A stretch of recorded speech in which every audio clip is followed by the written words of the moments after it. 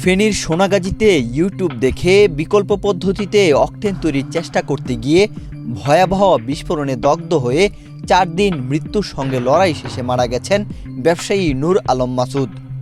28 April শনিবার সকালে Dhaka medical college হাসপাতালের বার্ন ইউনিটে চিকিৎসাধীন অবস্থায় তিনি শেষ নিঃশ্বাস ত্যাগ করেন বলে জানান তার পরিবার।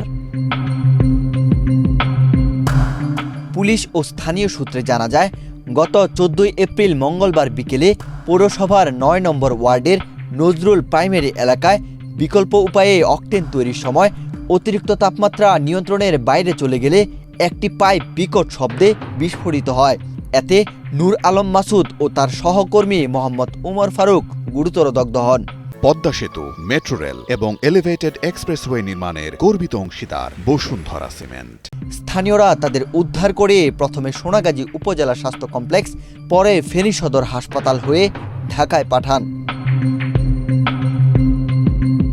স্থানীয়রা জানান, নতুন কিছু উদ্ভাবনের আগ্রহ থেকে নূর আলম মাসুদ প্রায়ই ইউটিউব দেখে বিভিন্ন পদ্ধতি অনুসরণ করেন। সম্প্রতি অকটেন তৈরির একটি পদ্ধতি অনুসরণ করতে গিয়েই এই দুর্ঘটনার শিকার হন। হঠাৎ এই মর্মান্তিক ঘটনায় এলাকায় শোকের ছায়া নেমে এসেছে।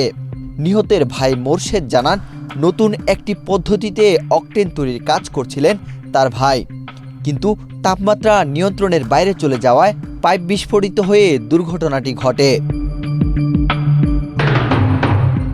এ বিষয়ে সোনাগাজী মডেল থানার ওসি শফিকুর রহমান বলেন, বিস্ফোরণের পর পুলিশ ঘটনাস্থল পরিদর্শন করেছে। মৃত্যুর বিষয়টি জানা গেছে এবং এই ঘটনায় আইনানুগ ব্যবস্থা গ্রহণ করা হবে।